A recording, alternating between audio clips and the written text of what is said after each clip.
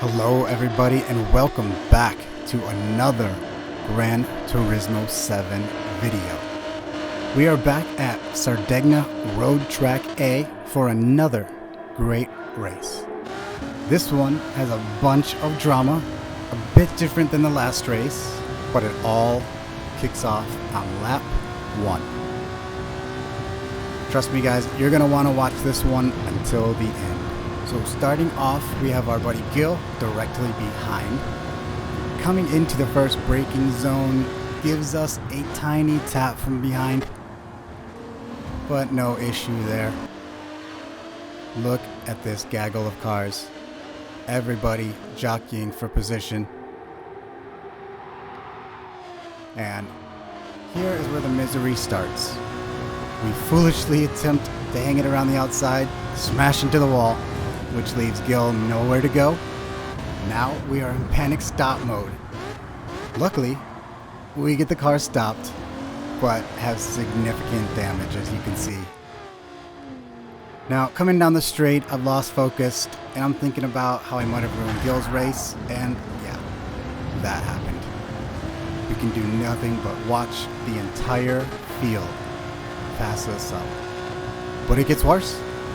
As we miss our braking point, we adjust the paint on this Ferrari. Here we go, down to last. Moving forward, we get back past the Ferrari after his conversation with the wall. Another car moving slowly ahead, presumably having the same conversation. We are now behind the Mexican driver, Illuminati Games. We get a nice run down the back straight. We move alongside a fairly straightforward move, side by side. Coming into this quick left, a slight amount of contact right here. Unsettles the car just a bit, but job done. We move forward from here to a death. Then another death. There were lots of deaths in this race. We have a textbook switchback as we make our way past our fellow countrymen, Yvette's. Beautiful. And now we are up into P8. Now, moving forward, we have another death. And here's where the race got interesting. We have a Viper in a Alpha race. So he's on the back foot. We're chasing him down.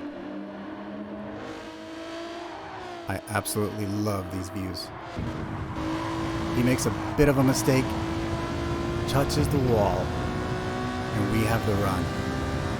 But what I've noticed was he was very good at controlling the car after contact, which is kind of difficult for me to do. So we played it safe there, stayed behind, and we have a bit of a run. Knowing that he has a bit of damage, the Viper would normally be quicker down the straight, but the damage does slow you down. So coming up to this quick right-hander, I was not anticipating going for the move, but he might have broke early. I'm not quite sure there, but we get the position. Unfortunately, I imagine he just slightly missed his braking zone. This is his point of view, because he doesn't absolutely yeet it up on the next corner. It seems like he gives me the room, so fair play there. Coming up to the straight, look at him gaining on us. Look at the speed of the Viper. And that's what caught me out. I was focused on the radar, watching him gaining on us, and it caught me out. 1 second penalty. He decides to just throw it up the inside. I was a little upset with that. You could see my hazards on at the time, but looking back at it, as I left him a bit of room and he went for it. So, not a big deal. However, that tricky braking zone, he makes a mistake and gives us the run. But of course we take our penalty, and you can see 1.1 seconds away, which is a lifetime in racing. However, his only advantages on the straights or on the corners, you can see how much we gain, as he has a near-death experience. We're back up the inside. That was a fairly easy move. He anticipated it, knew that I was going to come back through. I'm sure he knew I was going to be fighting hard, so he didn't make it too difficult on that pass. But here we are. Cornflake. Another fellow countryman. And we just throw it up the inside. It looked like he kind of gave us that position.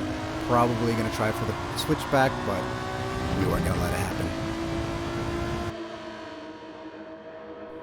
You can see this guy just weaving all over. Look at this four-way battle. It was insane. Last lap, pushes us to the outside, doesn't give us much room, but it compromises his exit. Look at this. Amazing. Now the Viper misses his braking point, which pretty much gives us all these positions for free. I was a little let down that we weren't going to have an epic battle, but we knew we were going to get the place on the Viper from here. We go defensive, which gives Cornflake the better line, and he gets through. We weren't having that, and we absolutely send it. There is a small amount of contact, and it was aggressive, but we were halfway alongside his car before the apex. So in my point of view, that was a fair move. We were entitled to a bit of space. All good there.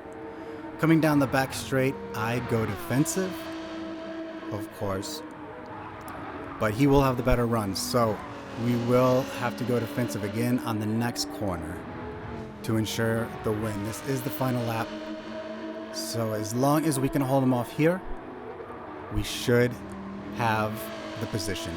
And we know that the Viper is going to have his penalty coming up. Keep the position. Viper takes his penalty, and we are in P4.